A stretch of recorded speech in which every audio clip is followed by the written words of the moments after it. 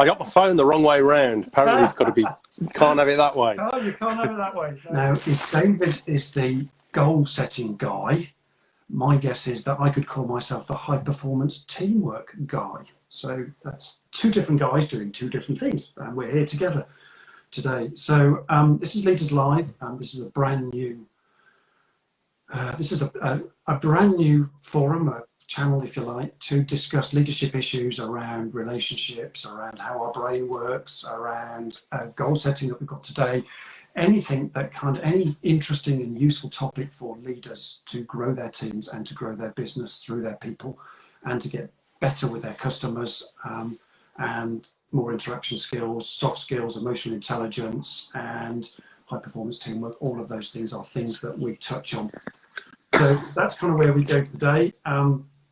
Davey's actually spoken to 1.2 million people. That's not all at once, by the way, folks, but that's to very large audiences. Now, he also has a great range of different customers from, he works with schools, which is fantastic. So teaching kids how to goal set, massively important, all the way right up the spectrum to CEOs. So, hi, David, how are you? Hi, Andy. High energy, no pressure then. Right, okay. David, I know you for being high energy myself, so yeah, that's no problem at all. So, and I think, the great thing about live, David, is that, it's not perfect, is not the new authenticity. Authenticity is go with it, go with the flow of things. Have you had experience of that, David? Very much so. I mean, normally it can take a generation for there to be a shift in culture, be it personally or in business, and I think it's happening so quickly now as a result of what we've been through in the last 12, 14 months. Yeah. And I think people are going to be a little more accepting of massive change and shifts in our thinking and behaviours than they were before. And if they're not, they're going to get run over. I think that's right, David. I think, in this new economy, and it hasn't just been the pandemic. The pandemic has just put it on steroids. But actually, this change has been coming thick and fast through technology, through the advancement in digital, everything. The mobile world is taking over. As you say, this took a generation before, and now we're seeing it happen in double quick time. Just like that. And we've been seeing that change since 2001, since the technology bubble, and actually since the dot-com era, but change curve after change curve after change curve. But the thing is, folks, it ain't going to snap back to where it was. We're into a new era now where we need to think differently, we need to set our opportunities differently, and actually that relates really well to this topic about setting goals today. And actually setting more ambitious, massive goals is the kind of big, huge goals we're looking at here. So, David, tell us. So, why do you think goal setting works? Why should we pay attention to this? What's important here, David? Right, you're asking my opinion, but what I'll do is throw back. Most of what I share is not David's opinion. I have the luxury. Okay. I have the luxury of not quoting what Dave thinks a lot of the time. I always refer back to either people who have used this stuff or the top achievers I've interviewed, 250 plus of them in this research. Yeah, so you've referenced other people in this, right? Yeah. Successful people. Brilliant. So what do they say, David? Yeah, so if you were to ask a top achiever, why should you set goals? They would probably find it hilarious to even be asked the question. That their opinion is very much the old cliched quote of, if you're either achieving goals or you're helping someone else achieve their goals. Those without goals are helping other people achieve theirs. That's really interesting. Let's just underline that. So if you're not setting your own goals, you're actually being driven by somebody else's goals. Yeah. We need to underline that, folks. That's an important point. Okay. Frequently grates with people, that one. Yeah. So why massive goals then, David? What's the difference here?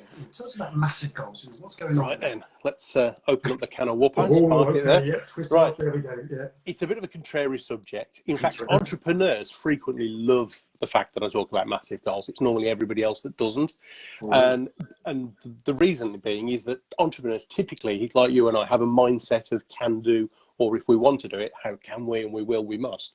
Whereas most people are driven by playing it safe, and so they sort of hunker around and surround themselves with like-minded people, like-minded opinions, and what they consider to be a proven, stable, safe model.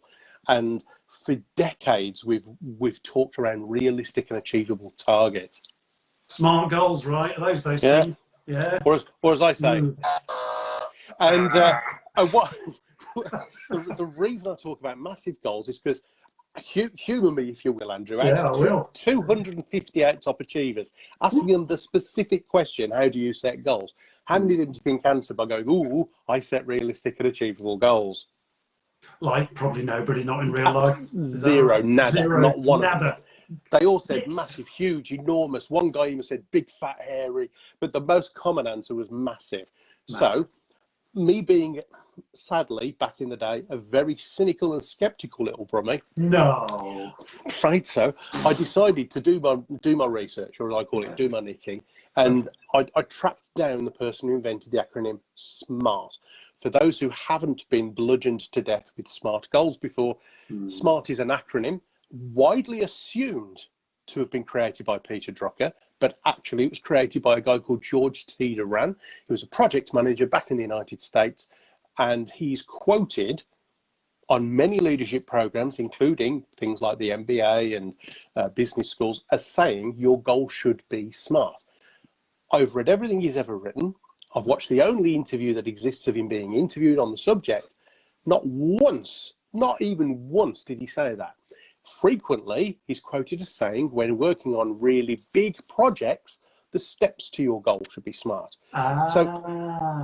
Okay. So big goal is one thing, breaking it down in little ladder-sized achievable goals is a complete other, and then it's okay to be smart, right?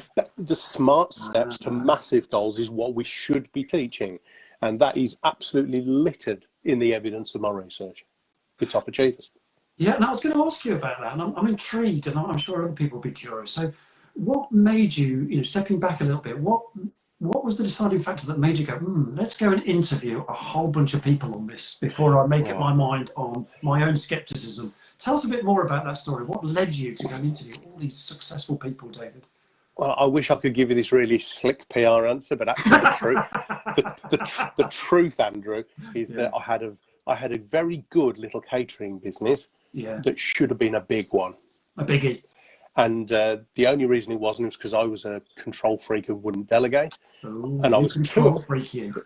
And I was too afraid to go and learn, because of my childhood experiences in academia, how to become a better leader. So I thought, I know, I'll ask my customers, because my customers were the who's who of the West Midlands. And they just started to tell me things that I've never read in a book, never seen on a management training course, never heard on an audio book, and it just totally contrary to what was traditionally being taught. So I became a little obsessed, if I'm honest. My wife would say evangelical, and I became obsessed with finding out how these people think and behave, literally how these people think and behave. And I was very good in the first 2 or 3 years of collecting data, but not applying it because I was too scared. I was a coward, afraid of failing. It was only when one day one of them literally pinned me and went, "So you're going to use this or what?" What, mate? And I pinned out from this research that they all set massive goals. I decided to set a massive goal for the first time. And so the reason I started interviewing was not to find out... to see whether it would work, David, surely. Maybe. But I started interviewing people purely to find out how I could become more effective in my business. Oh, that's really interesting. There's so much in that few sound bites you've just given us, David. And out of interest, the successful people you've been interviewing, and along the way there, how many of them were successful because of their education or not because of their education? Hardly any of them. Isn't that interesting? The ones who I would put a caveat on that with would be perhaps the engineers, scientists, psychologists, neuroscientists. They obviously have to have that foundation of knowledge before they do their own research. But in every other walk of life, it's more being down to their thoughts, behaviours, and the size of their goals. And do you think it might be something to do with the kind of, you alluded to the fact that some of your life was probably just wasted doing nothing at school, and education was difficult. And then suddenly one day you wake up and you go, ooh, and it's down to me and it's my responsibility. And then you've got to play catch up. Talks about that motivation, David. Is that classic, or is that just one of the many things that affect people? I see lots and lots of people, young and old, alike, who were like me, someone who up until their middle age strive for and achieve nothing at all. And it either creates an acceptable sense of mediocrity, and I don't mean that to be rude to anyone who's like that, because I was there myself, but we accept, okay, this is my lot, and we begrudge life.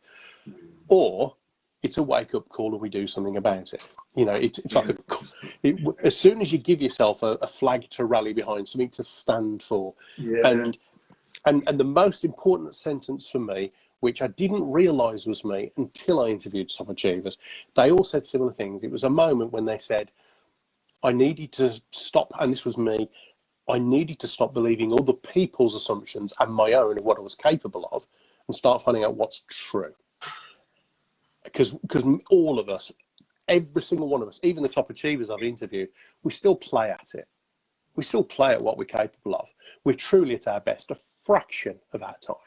And it's only when we become not just understanding of this, but accept it and do something about it, take action, that start finding out whether you can write the book, start the business, grow the business, become a sporting world champion, whether you can start a charity, make a difference in this world, be a great mom, be a great dad, be a superb leader, communication. It doesn't matter what it is the goal is. It's when you find out if you can, rather than just say, I can't because. Okay. How much of that is down to mindset then, David? You know, growth mindset versus fixed mindset, say, for example? Oh, good question. I think there is so much around the link between thoughts and behaviours rather than just mindset alone. So a lot of the sciences, especially in the world of learning, they'll try and give things really long, complicated names to make them look good. And the top achievers just go, I call it this. Yeah, simple, right? This is what I do. How do you think? Like this. How do you behave? Like that. Yeah. KISS. Oh, right. Okay. Yeah, exactly. Simple, stupid, right? Exactly. So interesting. So a lot of learning and development will give things fantastic models, processes, systems, flow charts, and you know, graphs and things. And in fact, top achievers, all they do is think and behave differently. So it's not just the way they think and behave. It's with a very simple process, and it's when you do a simple process that works, and you think and behave differently to how you normally do. When you do those two things, boom. Okay, so change your behaviours and make it simple, right? Okay. And what evidence have you got that, you know, combining those two actually do project you towards setting massive goals then, David? Well, they're getting hard, these questions. Other than the 258 people who've said this is what I do. There's only 258 people, come on. I've now got, other than my family, Andrew, the thing I'm most proud of in this world is the things, are the things, you see, I'm from Birmingham, it's the things, are the things that what I consider to be normal, everyday people, business owners, leaders, right down to kids in schools, have gone, okay, I'll have a go at that. Even if you live in Birmingham, David? Even if you're from Birmingham. And they've gone on to become Amazon #1 authors, millionaires in business. They've gone on to become #1 salesperson in their organisation. They've written the best-selling book. They've become a British and European sporting champion. You know, we've had, just on the one thing alone, I remember you were in the room when I talked about a quote by Chris Akabusi, the athlete I interviewed. And he said, top achievers should be looked into, not up to. We took that phrase, we've taught that to 1.2 million people, quoting Chris every time, the legend. And the things people have achieved just with that one quote when they've applied it. Chris Akabusi, is that the quote? Yeah, Chris Akabusi's quote, yeah. Top achievers should be looked into, not up to. That's an underline, that one, folks. So look into. Yeah. So does that mean that, you know, ordinary folk can achieve as much as, you know, superstars, and actually superstars are really just ordinary folk that have decided to set a smart goal? Is that something that you're heading us to then? The only reason we cannot achieve big or bigger than we currently are, is if we have a disease or a disability of our brain. Okay, yeah. So that's the big thing that sets us back. Other than that, nothing should set us back, right? Unless you're in that micro of 1% of the population who are genuinely happy with your lot. There are a few people out there, but what happens normally, Andrew, is that most people who try to bull themselves will say, oh, I'm really happy with my lot, only in their next breath to say, oh, I wish I could have done that. Wish I could have done that. Yeah, and I suppose the other category maybe is, you know, we're lucky we live in a civilized democracy with no war, no pestilence, all of those things, although we've just had a pandemic, right? But, you know, actually, you know, on the whole, things are, you know, in the right sort of place for us. Whereas if you lived in a war-torn zone, that might be harder perhaps, or, you know, maybe. It would be harder, but again, you know, we only have to look at, for example, the Second World War to have examples of people who have changed the world forever as a result of overcoming that challenge and adversity. You know, I mean, one of the best books ever written, in my humble opinion, was one of the guys in the concentration camps, Dr. Viktor Frankl. Man's Search for Meaning. You know, Search for Meaning, folks. Yeah. Wow. I mean, you know, what a bloke. What a bloke. So yeah, I think it doesn't matter what our circumstances are, we can achieve, subject to, as long as you know how you're motivated. Yeah. Some people, you know, we've all heard the cliches around you're either towards or away from motivated, but most people pay lip service to this stuff, and yet it's these tiny, simple things that we typically pay lip service to that top achievers almost have it as a gold standard. May I give you another example? A motivational quote. Okay, let's take Chris's quote. I was going to ask you about favourite quotes. Top achievers should be looked into, not up to. Now we go, oh, that's a great quote. That's motive. I'll put that on a tweet. Top achievers live by their quotes. Yeah. To them, it isn't a fluffy, woolly statement on an office wall that everyone goes, oh, that's nice. Picture of a bloke standing on a mountaintop punching the air in a sunset behind him. They don't do that. They live by these quotes. So one of the differentiators there, David, is that they have a kind of motto that their life is driven by, currently at least, for the time being. Can I give you one? Please. Let's have some examples, please. Okay, come on to that. Well done. There's a guy in Birmingham called Carl George. He was a top 10 accountant. He's now an expert on the subject of advocacy and things like governance. And he wrote a book, and the title of the book is The Quote by Which He Tries to Live His Life. Now, this guy, if you meet him, honestly, he's sickeningly nice. He's a nice bloke. He's a really successful man in 3 or 4 different disciplines of life. Nice blokes win in the life. Is that what you're saying here? Right, nice. But get this. Can you imagine, Andrew, the pressure that he would have lived under trying to live his life and business and family with this quote as your mantra? Other people try, I make sure. Oh. Now to us we go, oh, that's a good one, write that down. Like that. He tries to live by that. And that's the difference, isn't it? It's not just a quote you stick on a wall. It's a way of being, right, David? Yep. How Absolutely. Interesting. And so to set massive goals, one of the key criteria there isn't just about mindset and behavior and being action oriented. It's actually having a mantra, a motto that's simple, that inspires you, that you live by. Don't just write it on a wall. That's quite profound, isn't it? Wow, that's so why, David, are people still thinking about SMART goals? I mean, do we just need to go and eradicate those people and just get SMART off the planet? No, we just actually really need to stop people saying your goals should be SMART.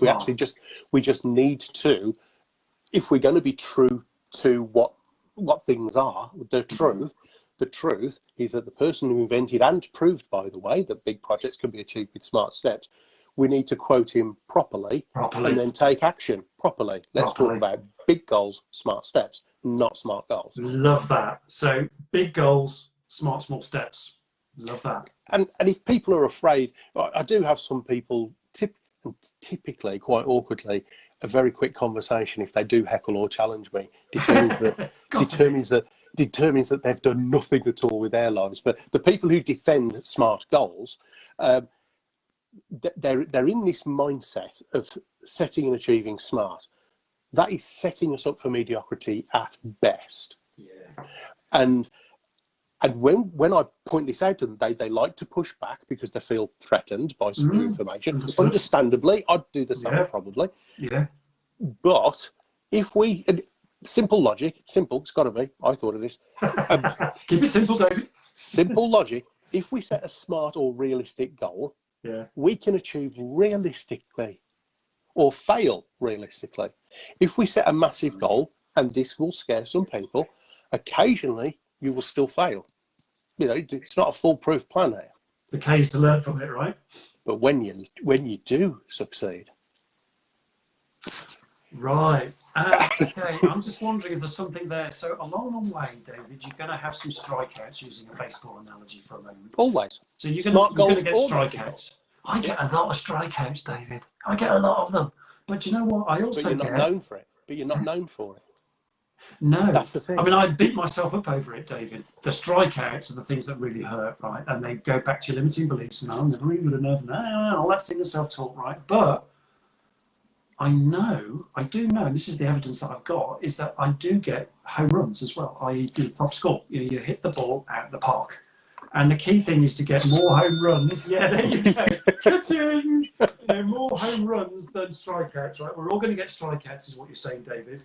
And that doesn't stop you achieving a massive goal. It just means you've learned something, right? How many times did it take to invent the light bulb before it actually switched on and worked? Quite a few hundred times, I imagine. Every single walk of life, you look at the people at the very top that we look up to and admire and respect and hero worship, X Factor. You know, Paul McCartney, did anyone hear any of his solo albums? I mean, he wrote some really poor stuff, but he also wrote some of the best music this world has ever seen. Everyone knows the cliches around. Everyone knows the cliches around people such as Richard Branson, who has failed in business more times than he's succeeded. But we don't go, oh, good old Dickie, what a failure, really British. No, we totally, you know, Dyson failed how many times before he created that hurricane effect for the Hoover. And you know, we associate success with perfection, and success is a long way from perfection. It's about grit, personality, and it's about having a reason why, when, not if, the slings and arrows knock you over. You get up, you look the problem in the eye and go, really? I really like that. Yeah, a friend of mine says the bit of difference. He's a fighter. He does martial arts, and he said, you know, the difference between him and his colleagues when he's fighting, his peers, is that you can knock me down, but I always get up, and that way I'm invincible. No one can ever beat me because I just keep standing up and going on again. So I'm actually unbeatable. I love that expression. I asked a world record holding world team karate champion, Eugene Codrington, 7 times world champion. I said, what's the difference between you and number 2? He says, number 2 doesn't think he's going to get knocked down. I know I'll get knocked down, but I know I'm getting up again. Very interesting. There you go. So when it happens, it's not a shock. You don't feel the knockdown. You don't fear it, right? Okay. Interesting stuff. So, David, think about what are kind of practical takeaway hints and tips we can all use here to help us to move forward this. So we can just apply very quickly. Now, I know one of those is go on your course, right, David, which is absolutely right, fair and proper. But what little things can we do along the way to help ourselves? Okay, well, if today I share with the people watching this and listening to this 2 or 3 ways that top achievers think and behave when they're setting a massive goal. But first of all, let me just give a very, very quick overview of how to set a massive goal. You write down a list of all the things you can think of that you've got to do to achieve a big goal. Brainstorm, right? So you brainstorm it. You then do one thing that already will put you in the top 2 or 3% of effectiveness, which is you prioritize the list in order of importance. Okay. You then, whilst your time, energy, motivation, and resources at its greatest, do the hardest things first. So the things that scare you the most, do them first while your motivation's at its greatest. Just trying to look for the one I did earlier. I found it now. I found it. All right. Okay. I'll just give you a peek of it in a moment. Yeah. So I asked people to draw a triangle and put lines and blocks in, and you've got one you can show. A bit like that, folks. Hey, I'm not showing you very long because that's what it looks like. That's upside down, back to front, inside out. But there's mine. This is how technical on I the ones get. I've done already, David. And that was only since last Wednesday, right? Or whenever it was. So I'm rocking on mine. Yeah. So you write the most important task, number 1 on your list, in the bottom left-hand block of your pyramid, and you fill the pyramid row after row after block after block. And your pyramid should be about half full. So twice as many blocks in your pyramid as things you got on your list. Because there's loads of things you've got to think about that you haven't done yet, right? Yeah. And every single day, do something. And this is quoting the entrepreneur Ralph Gold of the Gold brothers, some of the richest men in the country. Ralph Gold says, you prioritize the tasks, do something every single day, no matter how small, that takes you towards crossing off one of those blocks as done. And it's that consistency and the work ethic, those two things that sadly we seem to be lacking these days. Work ethic and consistency. Right. And and just keep taking action. The most important thing, though, in massive goals is that when you look at your pyramid, look at every single block and ask yourself, can I do that? Is that block realistic and achievable? And if it is, what, honestly, is stopping you? Nice. And what's the progress? So it's a little bit like the old school joke, isn't it? How do you eat a big elephant all at once? One bite at a time. One bite at a time. Absolutely. One bite at a time. I'm with you. Literally the children joke. Literally the children joke. Okay, so I'm going to come back to you in terms of just give us a 2-minute piece on what people can do next with you. But just before I do that, David, I'm really intrigued. Talk to us about cows and rhinos. What is that all about? I've heard you talk about stuff like that. Tell us what that is all about. Well, there are two types of people in the world. There are cows and there are rhinos. Only one winner here. And this is according to a bloke. Where's my book gone? I've got a book. You can never find a book when you need it, can you? I've got a book somewhere. Here it is. Here it is. I've got a book by Scott Alexander. Oh, yeah, Scott Alexander, yeah. And the book is called Rhinoceros Success. It's a thin book, and it's popular American psychology, rah-rah, motivational stuff. So why am I telling you about it?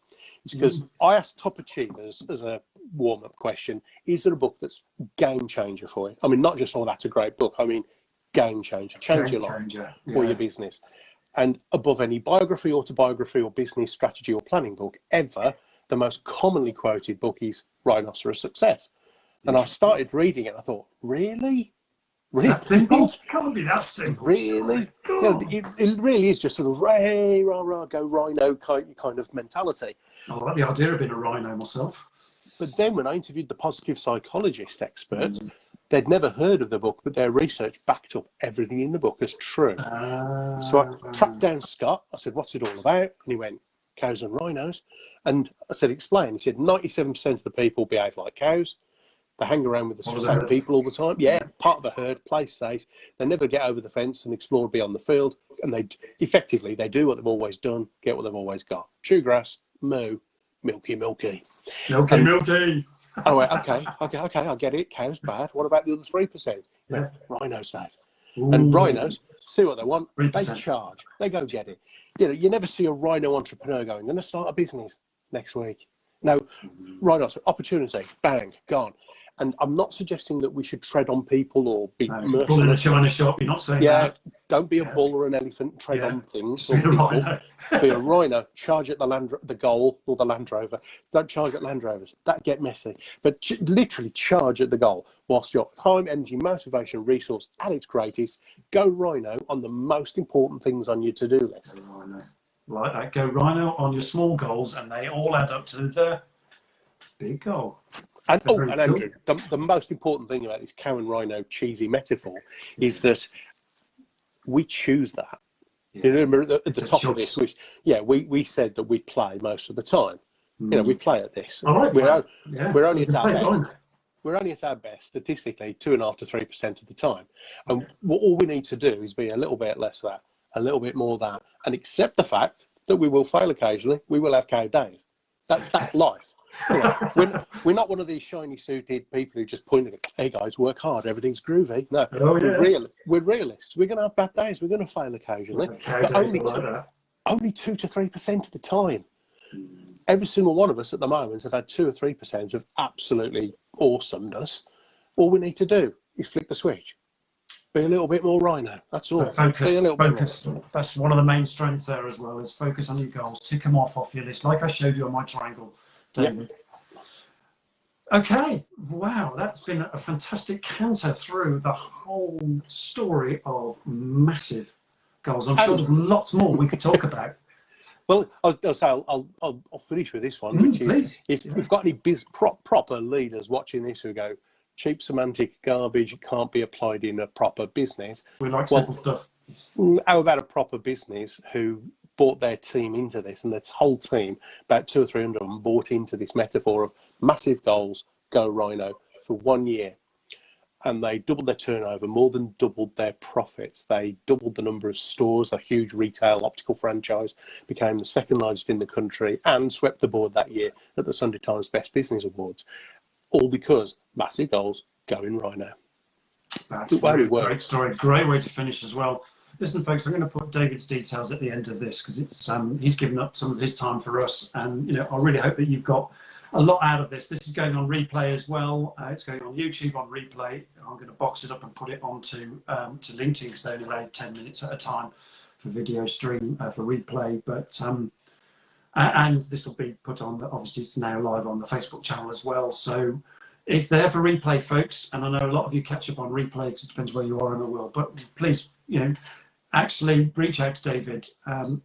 I think David is a superb character.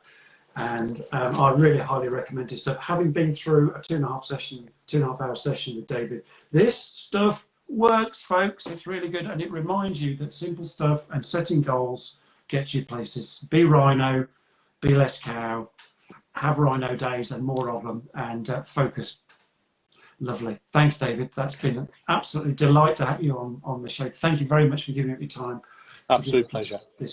This very short, well, I don't know, it's probably about 30 odd minutes, I would imagine. So about right for the podcast, actually. It's about right. So there we go. David, thanks again. Thumbs up to you, mate. Cheers, Andrew. Cheers now. See you again soon. Cheers, folks. See you again shortly. Bye-bye.